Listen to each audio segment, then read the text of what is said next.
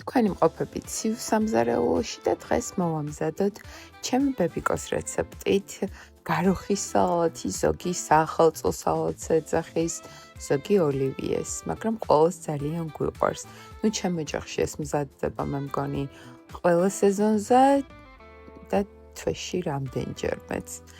დეიდა შემოთხოვა მომიმზადაო თუ შეგიძლიაო და გადავწყვიტე რომ ბებიკოს რეცეპტით მომემზადებინე. თითქმის ყველაფერი იგივეა პროდუქტები, უბრალოდ ბებიკო ქათმის ფილეს უმატებდა, უფრო ნოყიერი რომ გამოსულიყო.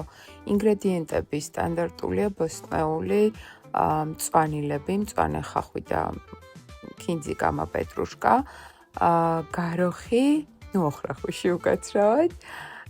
და ჩემს მიერ მომზადებული მაიონეზი, ჩვენ მაიონეზს ოჯახში არ ვყიდულობთ, ჩვენით ვამზადებთ ხოლმე. ამის რეცეპტსაც თუ გსურთ ჩავწერ. საბოლოოდ გამოვიდა ძალიან გემრიელი და ნოყიერი სალათი.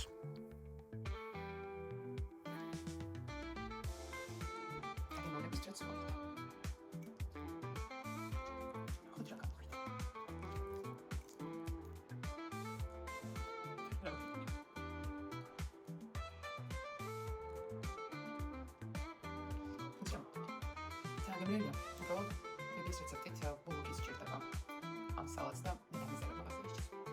მაგრამ გემრიელია, თქვენ დავუკვირდით. გემრიელად მივხვდით.